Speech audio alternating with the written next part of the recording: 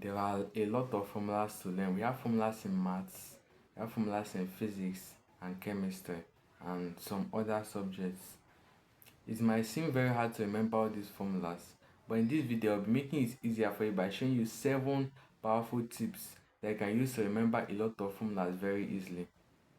By the way, my name is Iwezi Victory, and you're watching Victory Science Hub, an educational channel created to help students pass their exams successfully. Now let's go to the first tip, which is to understand formulas and know how it's used in answering questions. A lot of students make this mistake by going into their exam hall cramming a lot of formulas, and they end up forgetting these formulas. Sometimes they might be able to remember this formula, but they will not know how it's used in answering questions. When you understand formula, there's a high chance of you remembering this formula and knowing how it's used in answering questions. So anytime you come across a new concept, you calm down, read and try to understand that concept very well. If after doing this you don't still understand the formula, you can attend tutorial classes, watch YouTube videos, try to know actually how that formula connects to the examples and the equations. As you're able to understand this formula, your brain will feel lighter to process more and more formulas, and you'll be able to remember formulas effortlessly than you cramming those formulas. So don't make this mistake by cramming formulas. Now the second tip I'm going to tell you is to write down the formulas before solving any equation. Studies have shown that if you do something frequently, there is a high chance of you getting used to that thing. So writing down formulas frequently every time you encounter equation related to that formula will help you remember that formula. As you're doing this, as you're writing formulas down, you're exercising your brain to remember that formula. So anytime you come across question, try to write down the formulas before solving that question.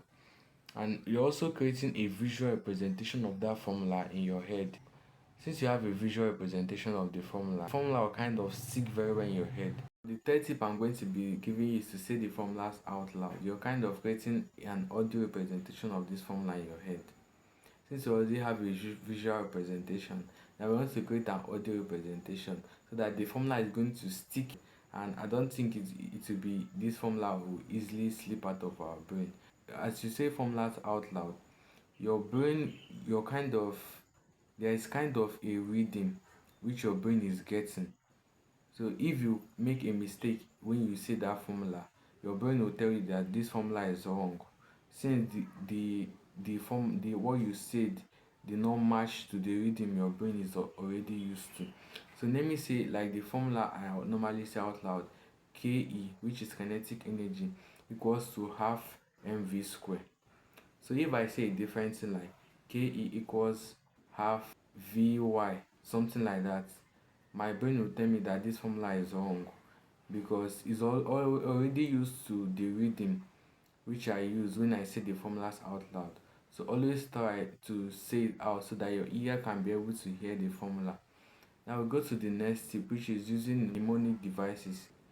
Mnemonic devices are techniques which a person uses to improve his or her ability to remember. The normal mnemonic a lot of you might know, which is SOHCAHTOA in trigonometry. That is so, which is sine equals to opposite over hypotenuse. Ka, which is cos equals to adjacent over hypotenuse, and SOA, which is tan equals to opposite over adjacent. You've already known the formulas of sine, cos, and tan by using this mnemonic. So one thing I love about mnemonic is that it will help you to remember a lot of formulas. So try using a mnemonic that is most preferable to you. So we'll go to the next tip, which is making a formula note and reviewing it frequently. Now once you come across a formula, write down the formula in your formula notes. Make a formula note and also always write it down in your formula notes. Write those laws of that formula in your formula notes.